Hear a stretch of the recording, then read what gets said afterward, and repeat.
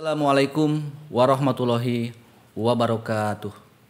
Teman-teman semua, hari ini kita akan berbicara etika politik yang berlandaskan pada Pancasila. Etika berbicara bagaimana perilaku manusia menjadi lebih baik.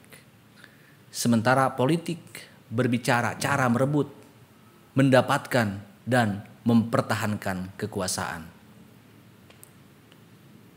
Untuk mendapatkan kekuasaan maupun merebut kekuasaan, manusia bisa melakukan segala cara atau menghalalkan segala cara. Hal itu dikarenakan manusia sebagai zon politikon atau makhluk binatang yang berpolitik. Siapapun ingin berkuasa, dan kalau sudah berkuasa cenderung ingin selama-lamanya berkuasa. Dalam puisinya mengatakan bahwa manusia atau aku ingin hidup 1000 tahun lagi. Betapa serakahnya manusia tentang ambisi untuk hidup maupun untuk berkuasa. Manusia tak bisa lepas dari kehidupan politik. Walaupun mereka mengatakan, tidak, aku tidak mau berpolitik. Justru dengan mengatakan tidak pun manusia tersebut telah berpolitik. Politik juga berbicara tentang power, authority, decision maker, legalitas, legitimasi, dan lain sebagainya. Namun dalam berpolitik, etika, moral bisa dikesampingkan. Hukum bisa diperalat, dipolitisir demi tujuan politik. Yang terpenting bagaimana caranya agar kekuasaan itu didapatkan oleh manusia. Saling sikat, saling membunuh, saling serang. Semuanya demi kekuasaan. Tidak ada kawan dan lawan yang abadi, karena yang abadi hanyalah kepentingan politik.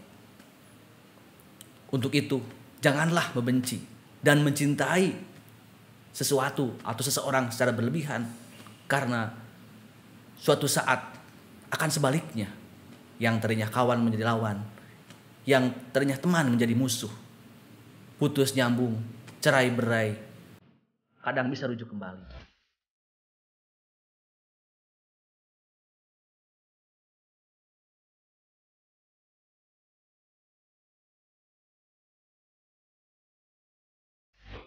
Itulah manusia secara politik akan mengalami seperti itu. Sejarah politik klasik, modern sampai sekarang, tak peduli kawan, saudara, sedara, anak, orang tua, sudah saling membunuh hanya karena kekuasaan. Itulah pentingnya etika dalam berpolitik agar kehidupan politik menjadi lebih baik.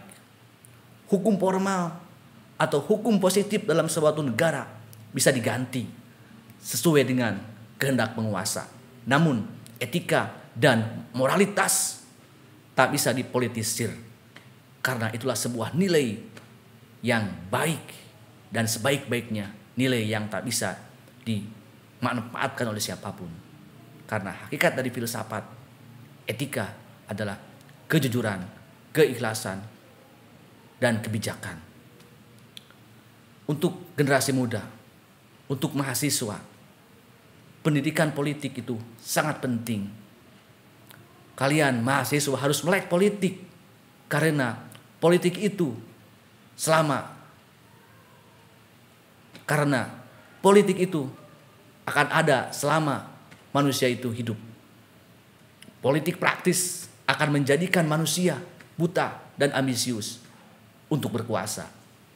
Dengan catatan, boleh Anda berpolitik secara praktis, tapi ada batasan dari politik, yaitu etika, moral, budaya, balas budi. Tidak elok kalau dalam berpolitik kita mudah menjadikan seseorang hanya demi kekuasaan, hanya demi jabatan. Kadang kalau butuh dijadikan teman, kalau sudah tak butuh kita jadikan musuh. Itu contoh perilaku politik yang tidak beretika. Teman-teman semua, sebagai bangsa Indonesia, tentunya landasan dalam berpolitik secara etika, kita punya nilai-nilai yang sangat luhur sesuai dengan ideologi dan falsafah bangsa kita, yaitu Pancasila. Bagaimana kita berpolitik secara santun, berpolitik untuk mencari teman sebanyak-banyaknya, bukan untuk mencari musuh. Pancasila dengan segala nilai-nilai yang begitu mulia, insya Allah kalau dihayati, kalau dimanifestasikan dalam wujud perilaku politik pejabat, pemerintah, warga negara, mahasiswa, dan siapapun manusia yang ada di Indonesia, akan menjadikan bangsa Indonesia yang demokratis, yang religius, yang bernilai sebagaimana falsafah bangsa kita. Selain itu, hal terpenting dalam materi pendidikan Pancasila di perguruan tinggi, kalian yang menempuh berbagai disiplin ilmu sesuai dengan jurusan, program studi maupun fakultasnya masing-masing, bahwa Anda memiliki ilmu yang bebas dari intervensi siapapun, secara materialis, secara kajian filosofis, karena ilmu pada prinsipnya menggali sebuah kebenaran sampai sebenar-benarnya.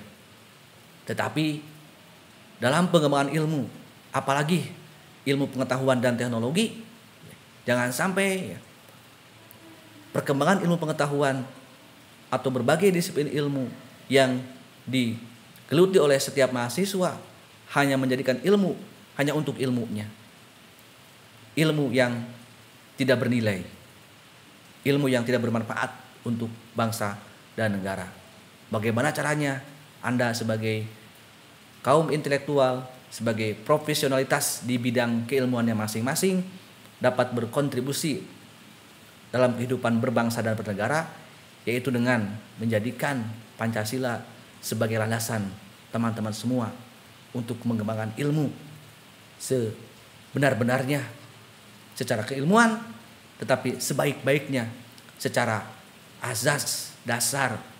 Jangan sampai ilmu yang kalian pelajari, yang akan kalian nanti implementasikan untuk masyarakat, bertentangan dengan nilai ketuhanan, nilai kemanusiaan, nilai persatuan, nilai kerakyatan, dan nilai keadilan.